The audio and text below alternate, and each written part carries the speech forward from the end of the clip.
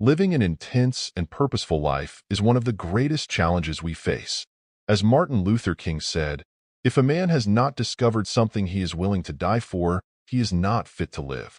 Often, we confuse comfort with purpose, belief with faith, wealth with blessing, and merely existing with truly living. Our future is much more connected to who we are and what we do than to what happens around us. God, in His wisdom, allowed His only Son to go through great trials so that we could be here today. Sometimes we question God for not sparing us from hardships, forgetting that even Jesus was not spared.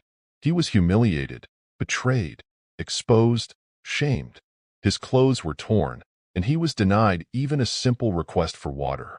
But on the third day, God called Him back.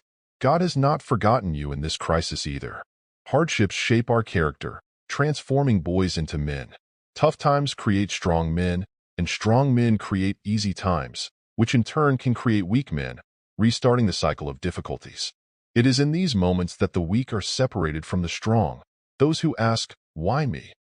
from those who ask, "What can I learn from this?" If you are wondering why you have gone through so many trials, perhaps God is preparing you to break a cycle in your history. He wants your children to look at you and see courage and authority. We all admire Joseph's victory, but few are willing to endure his captivity. Joseph was humiliated, forgotten, and rejected until God's promise was fulfilled. Many desire Joseph's dreams, but give up at the first sign of difficulty. Understand that every problem is raw material for a new miracle. The real problem is not the circumstances, but the lack of faith.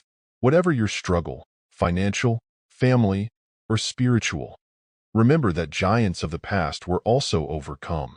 Jesus waited for the right moment to act, not for perfect conditions. You carry a favor that can transform your circumstances. Do not wait for a favorable scenario, but use your favor to change the scenario.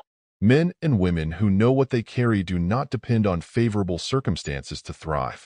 It didn't make sense for a virgin to bear the Son of God, nor for a wooden ark to save a family and rebuild the world.